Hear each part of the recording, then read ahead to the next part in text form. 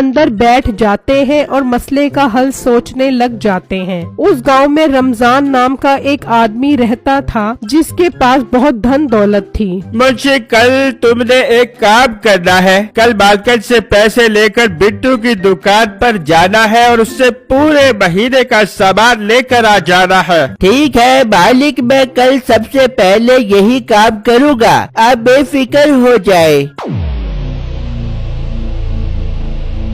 फिर जब रात होती है तो मीठा और नसीबो बातें कर रहे होते हैं। बेगम, किसी तरह इसकी दुकान खत्म हो जाए ना तो अपना काम बन जाएगा। यकीन मान, इतने ग्राहक आएंगे कि तू सोच भी नहीं सकती।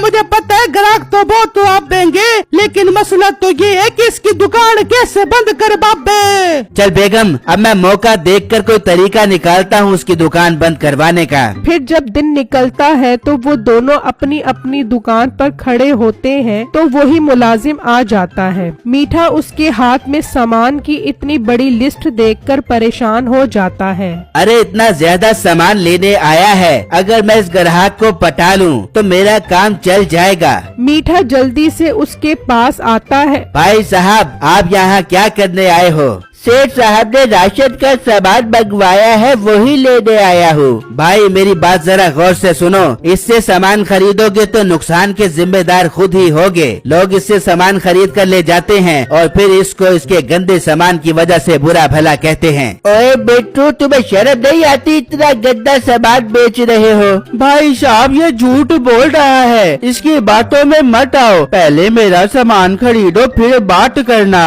भाई ये तो एक बार पैसे ले लेता है तो बंदे को भी नहीं पहचानता। बेहतर है कि आप मेरी दुकान से सामान खरीदें, मैं आपको अच्छी कीमत पर दे दूंगा। फिर वो मुलाजिम मीठे की दुकान पर आ जाता है। ये इसने मेरा ग्राहक मुझसे छीन कर अच्छा नहीं किया।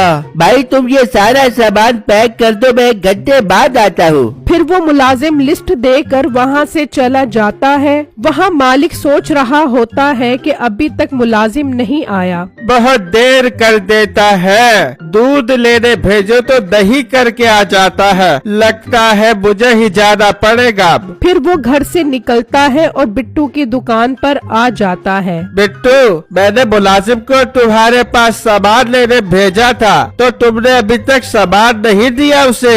सेठ साहब, वो आया था मगर उसने मेरे से सामान नहीं लिया, वो मीठे से सामान ले रहा है। पर मैंने तो उसे तुम्हारे पास भेजा था, वो उसके पास क्यों चला गया?